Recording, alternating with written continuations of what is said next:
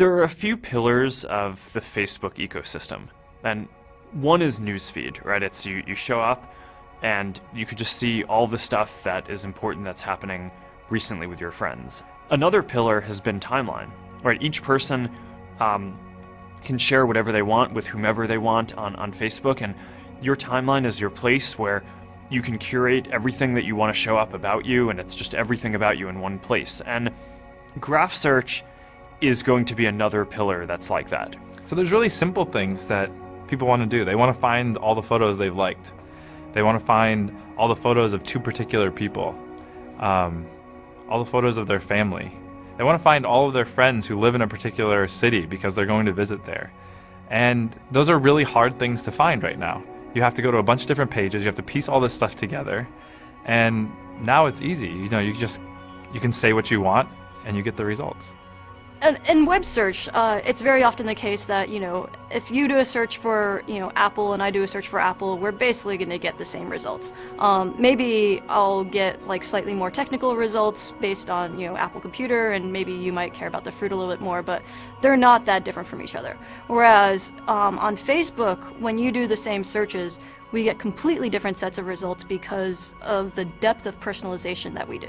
The types of questions that we can solve are kind of the slightly nuanced and social questions that you wouldn't typically think to ask of a search engine, that you wouldn't typically think that the internet could solve for. There's a lot to be said for taste, like what movie should I go and see? What bands might I like based on the friends that I have? Well, I had a toothache the other day, and so I'm relatively new to the area, so I didn't have a dentist, and looking up dentists that my friends liked was really awesome because I knew I was going to go to someone who knew what they were doing, which she did. It's interesting because most people today don't think about Facebook as a place to discover places where they could go eat or things that they could go do. But with this product, it's so natural to be able to do that. In the past, Facebook has really been primarily about mapping out and staying in touch with and communicating with the people you already know in the real world. But now we're building a product that can also be used to finding people you maybe should know, people who have common interests, people you want to work with. You can find friends of friends who have common interests, friends of friends who are interested in ballroom dancing or in running or hiking. And in many ways what this will do is make your community feel a bit smaller, make the world feel a bit smaller.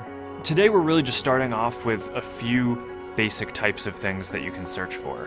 People, photos, places, pages for businesses, and that's just the start. We wanted to get this out as early as possible so we could get feedback from users, iterate, make the product better, and get it to a point where we can launch this to everyone. We just view this as a project that we're going to be working on for years and years to come, but as it gets more complete, it's just going to be this amazing resource for a lot of people around the world to use.